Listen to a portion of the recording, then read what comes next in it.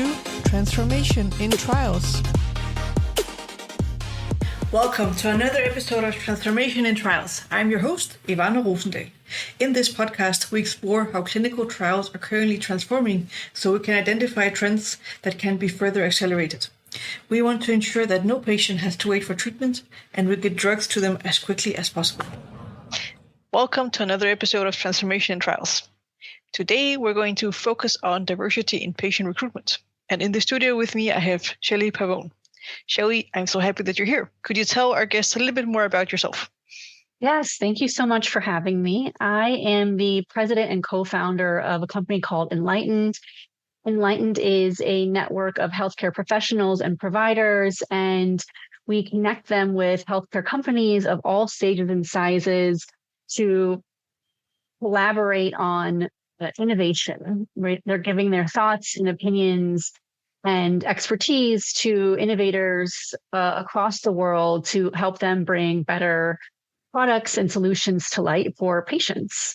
I've been in healthcare my entire career, and I'm really excited about the subject that we have to discuss today.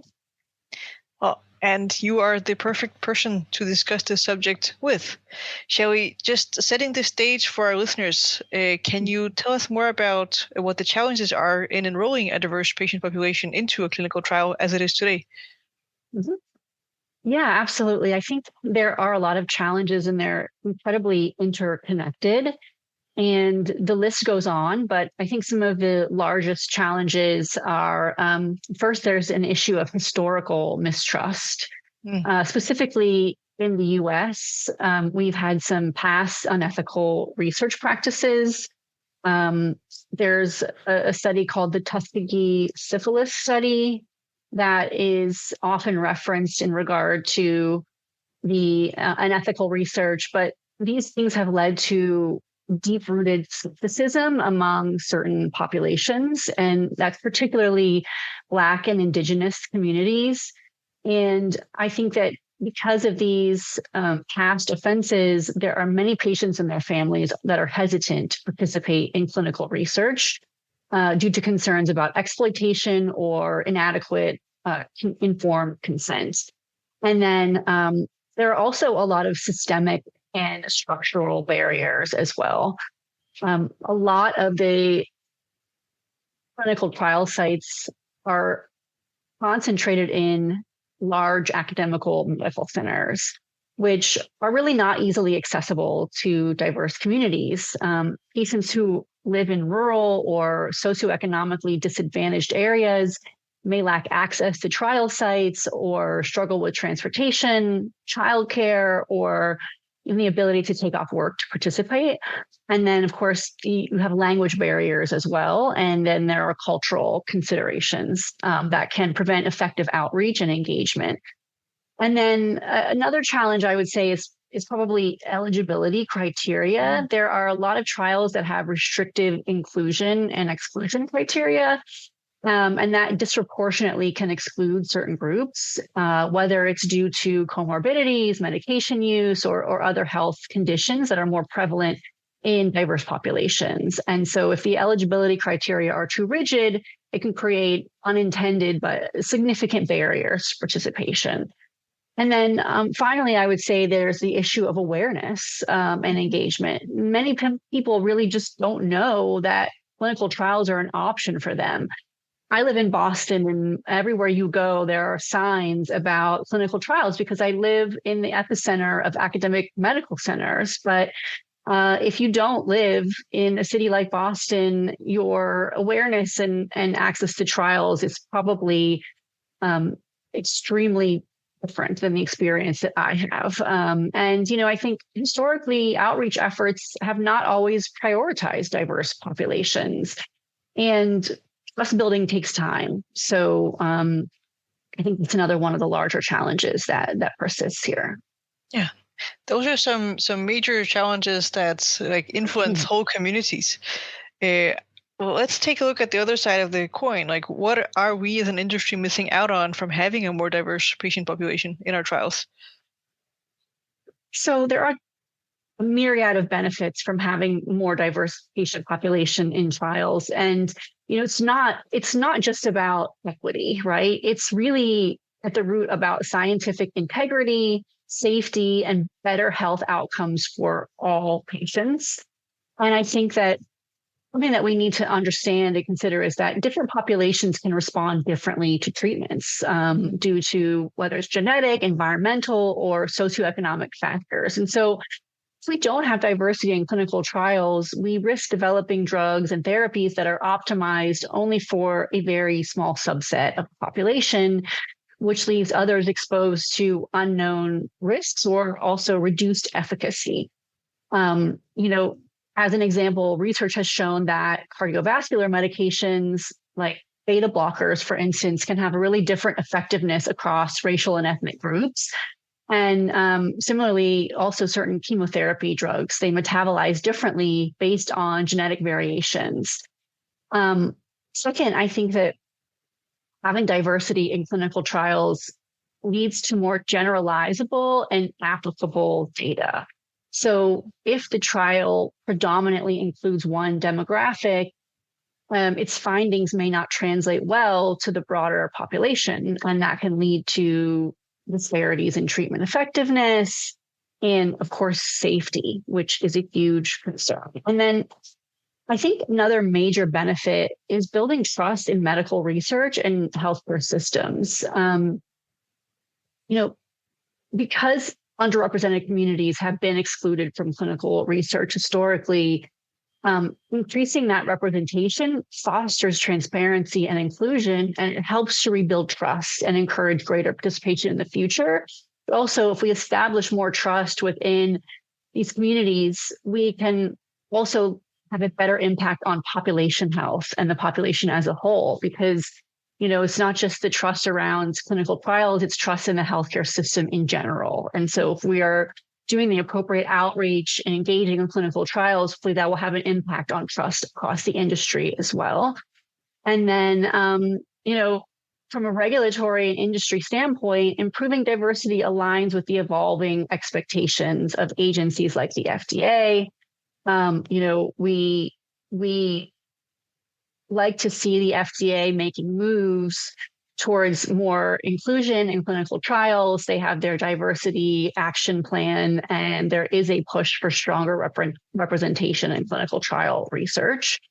And then I think one of the topics that I talk about all the time is that equitable representation in trials leads to improved healthcare innovation, which benefits everybody. If we fail to include diverse populations in early research phases, we can miss critical insights into disease progression, treatment responses, and potential side effects that could ultimately shape better therapeutic strategies. So I think, in short, it's not just a moral imperative to have diversity in clinical trials. It's a scientific necessity. It ensures that we develop safer, more effective treatments for everyone rather than just a select few. I am dwelling on the point that you make about inclusion in clinical trials, witnessing the early stages of drug development, helping also build awareness of how is treatment developed and mitigate some of the misinformation that there may be out there about treatments and how that might benefit the whole healthcare in a population in general. I don't think I've thought deeply about that specific chain of events, but I think you're absolutely right. Like, being excluded from the science means that it is harder to understand, well, why does this work and what do we know about this drug exactly? Yeah, absolutely. That is a really good point. I would be curious, would you know what is the FDA currently doing to encourage more inclusion in clinical trials?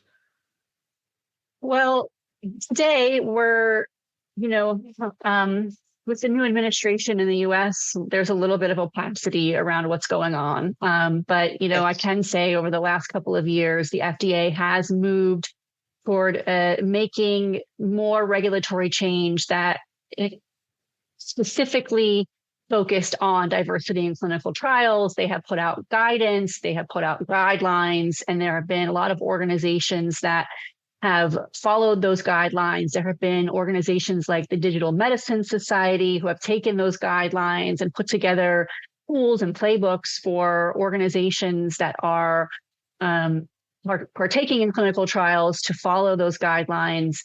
And so I think that the regulatory environment has moved slowly in that regard, but there has been a lot more guidance issued in the last couple of years, and hope to see that continue as well. Yeah, well, fingers crossed for that general development. Yes.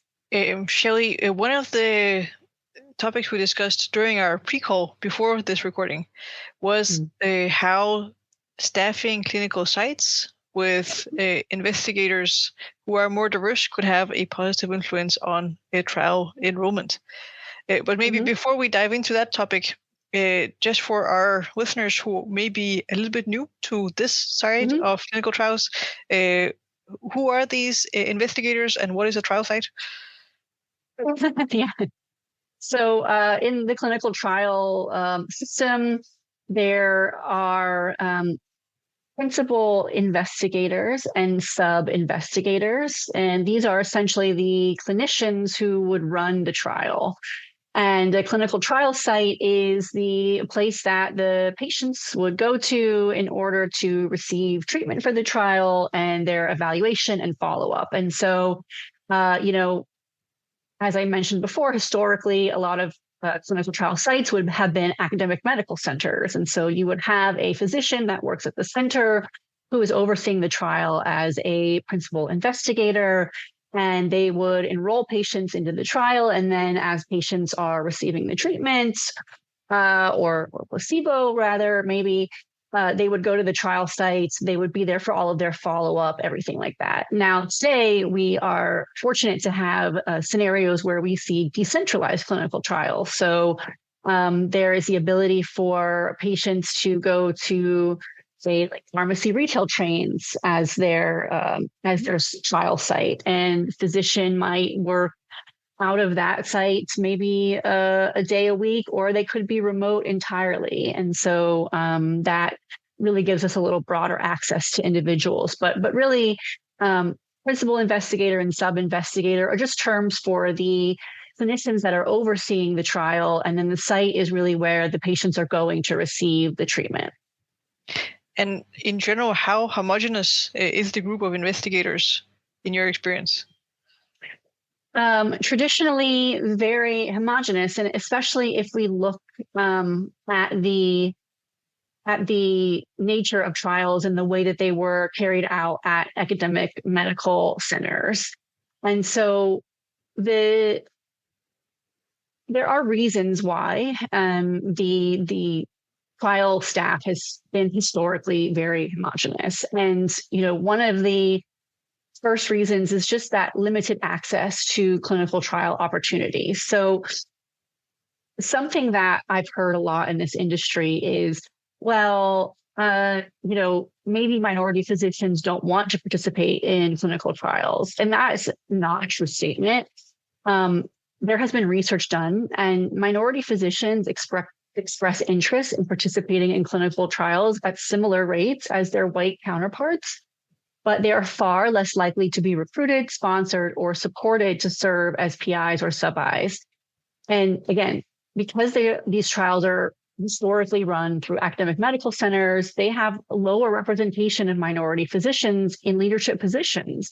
And so it creates a little bit of a self-reinforcing cycle where the lack of diverse investigators leads to a lack of diverse trial participants, of course. And then the other thing is I see this so much in this industry. Industry-funded trials tend to rely on established investigators with prior experience. They always want, not only do they want a PI that has prior experience, they want them to have prior experience on industry-funded trials, which generally excludes minority physicians because they haven't had the opportunity to participate in previous trials. And so if there are not intentional efforts to break this cycle, the same limited pool of investigators continue to be selected. And then, because they've relied on these familiar investigator networks, then we don't see the minority physicians having the same connections within the industry or visibility or even mentorship opportunities that are needed to be selected for PI roles. And so it's a little bit of a vicious cycle, I think, where it becomes, well, historically, we have selected people from academic medical centers where there is less minority representation. Now we only want people who have experience. Those are the only people that have experience, and again and again and again. And I think that that's a really frustrating scenario, and I've come across that a lot in the industry. Yeah, that is frustrating. And I can just confirm that, like, from the industry perspective, we usually do look for the familiar faces, the people that we know have recruited well for us before. So I can see that it can be a challenge to broaden that pool. Yeah, absolutely. Yeah. In your experience, sorry, go ahead. What can help with breaking some of this dynamic? Yeah. So I think that first of all, we need to be more open to PIs and sub-Is who have done training programs, but maybe they haven't necessarily had the experience in a trial or an industry-funded trial. We need to make sure that we are evaluating a broad pool of individuals for their expertise. And the thing of it is that having more PIs and sub-Is and clinical trial staff in general who represent the populations that we need to study is incredibly beneficial to the trial. And I think that it's about educating the sponsors, educating the organizations who are running these trials on that simple fact that the racial and ethnic background of the trial investigator influences patient enrollment. And so when we can have a broader outreach and we get trial staff that reflects the background of the patients we're hoping to enroll, then we will have a more successful trial overall. My company, Enlightened specifically, one of the things that we focus on heavily is making sure that we have diverse physicians enrolled as the PIs and sub-Is in clinical trials. There are organizations that we work with that are very interested in this. There are, steps being taken to make sure that we have more diverse clinical trial staff. And, I think we have to get rid of the notion that somebody can only be a successful PI or sub-I if they have experience with that specific kind of study, because it's just not the truth, right? Yeah, but I can also see how it would solve one of our industry problems, which is it is difficult to find the patients that we need, and we are scrambling to find those good trial sites that actually give us the numbers of patients that we need to run a trial. Yeah, absolutely. I would be curious, when we have more diverse clinical staff at the trial site, how do they find the more diverse patient population? So first off, I think that patients in general are more likely to participate in clinical trials when they see investigators that they trust and relate to, right? Someone that understands their experiences, the cultural context, and their healthcare challenges. One of the first things that we talked about was one of the reasons that we don't see patients from racial and ethnic backgrounds enrolling in trials is because there is mistrust of the system. And so having a professional from a similar background helps to, I think, generate more trust in that area. And then there are also language barriers, and medical jargon can be intimidating to all of us, and particularly though for non-native English speakers. And so when clinical trial staff speak the same language or dialect as potential participants, they can explain procedures, risks, and benefits in a way that resonates more. And then I think also diverse staff are more likely to understand cultural norms and values. And that can heavily influence patients' participation decision. So, for example, there are some communities that prioritize family decision-making over individual consent. And so if there are staff that realize this, they can engage family members more appropriately. Some patients are unfamiliar with clinical research or hesitant due to cultural beliefs about medicine. There are ways that diverse staff can help navigate those concerns. And then, ultimately, having a diverse trial staff helps to reduce the implicit bias in patient recruitment. Implicit bias can unintentionally shape who's offered trial participation. Research has broadly shown that Black and Hispanic patients are less likely to be invited to participate in clinical trials. So it's not just that these populations are less likely to want to participate, they're not invited. And then when the trial teams include diverse staff members who actively advocate for equitable recruitment, they help ensure that everyone has the same opportunity to participate. And then, again, the hope is that the FDA and other industry diversity expectations continue to codify, and they continue to increase the emphasis on the importance of diversity in clinical trials. And so sponsors, knowing that they risk delays in drug approval, or if they need additional post-market studies, if they haven't enrolled diverse patient populations, hopefully they understand that having diverse staff from the outset can help them meet their diversity targets. And ultimately, they'll be generating stronger, more representative data as well. That makes sense. Well, Shelli, you are clearly very passionate about this specific topic. I would be curious to learn more about how did you venture into this space?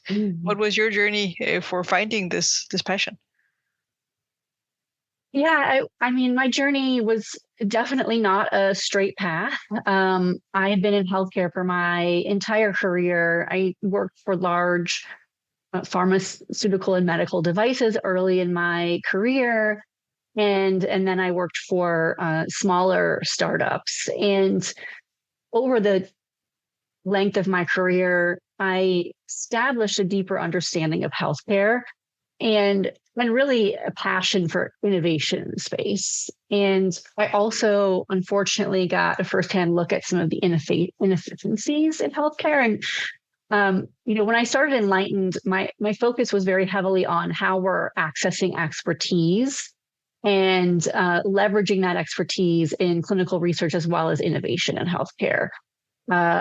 So what I saw across the board was that the same voices were being elevated repeatedly. And this goes for the clinical trial piece of it, but also just general healthcare innovation.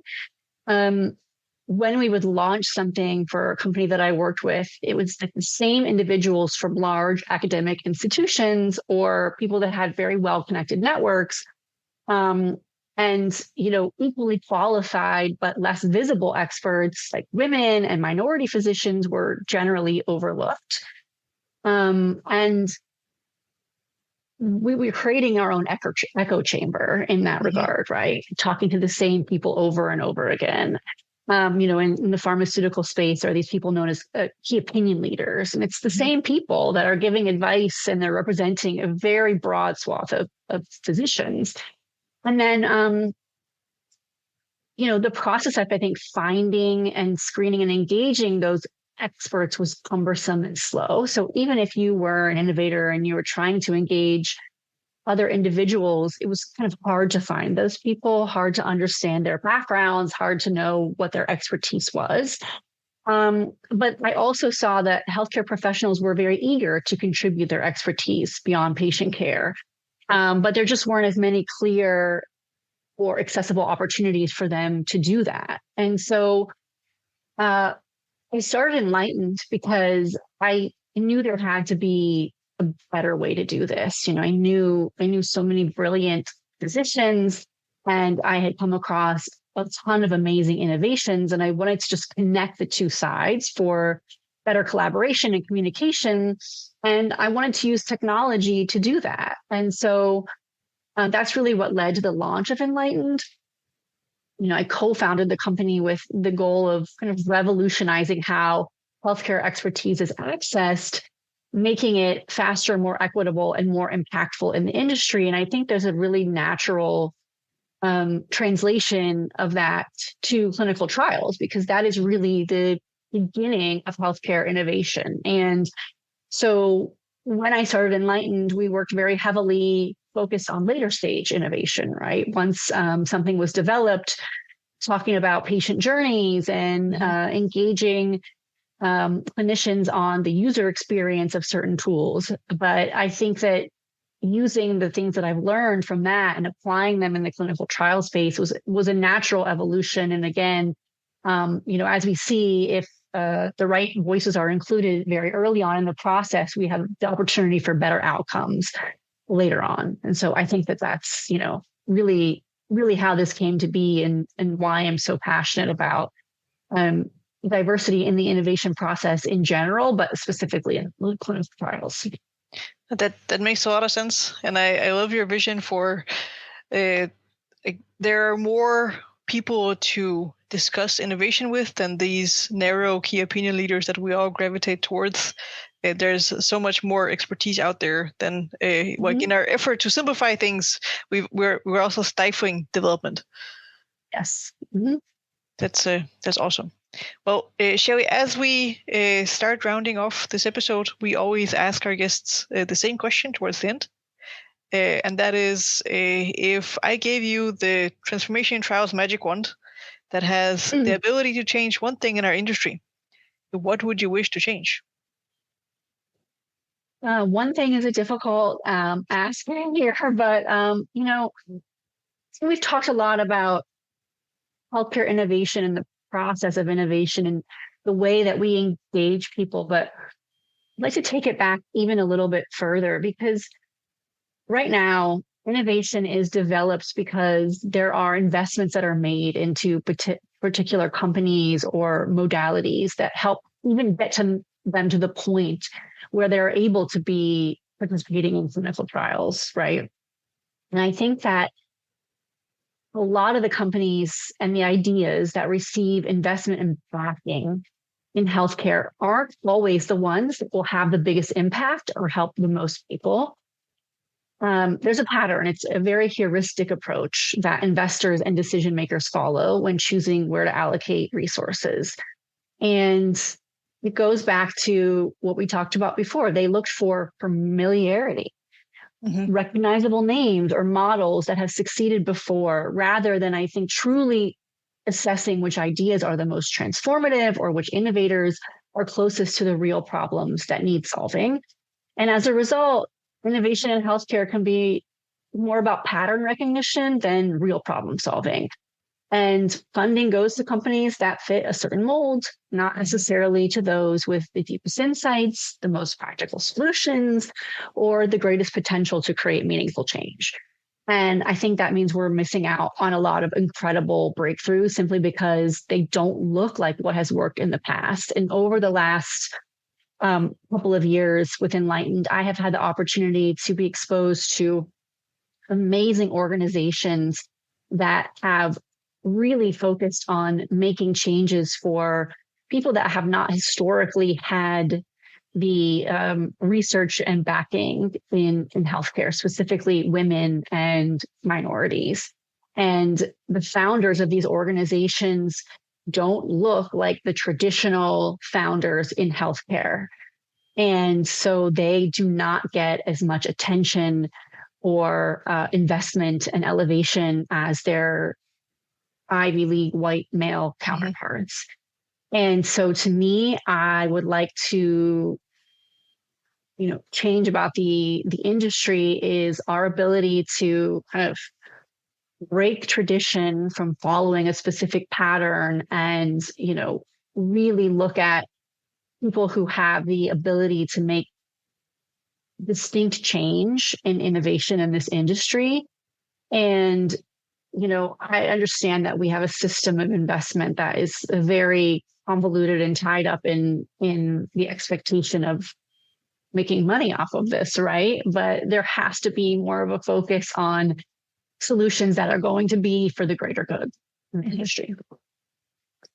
I love that wish. I hope it is granted, and it's time for us as an industry to let go of of the mold that we've been used to using. Yeah, absolutely. Well, Shelli, if our listeners have follow-up questions or want to get in touch with you, where can they find you? So I can be found at Enlightened. So I can be found at email, Shelli@getenlightened.com. Also, Enlightened is, we have our website. So it's www.getenlightened.com. And we can be found on Twitter and LinkedIn at Get Enlightened. So, we're often talking a lot about diversity in clinical trials and innovation in general. We also have a lot of the experts that are involved in the Enlightened network who are sharing their stories via our social media channels. We talk a lot about innovations that come out of the work that we do. And so I think there are a lot of interesting resources that can be found by engaging with our website and social media and content. Well, thank you so much, Shelli. It's been an absolute pleasure having you on the show. Thank you so much. Thank you for having me. You're listening to Transformation in Trials. If you have a suggestion for a guest for our show, reach out to Sam Parnell or Ivana Rosendahl on LinkedIn. You can find more episodes on Apple Podcasts, Spotify, Google Podcasts, or in any other player. Remember to subscribe and get the episodes hot off the editor.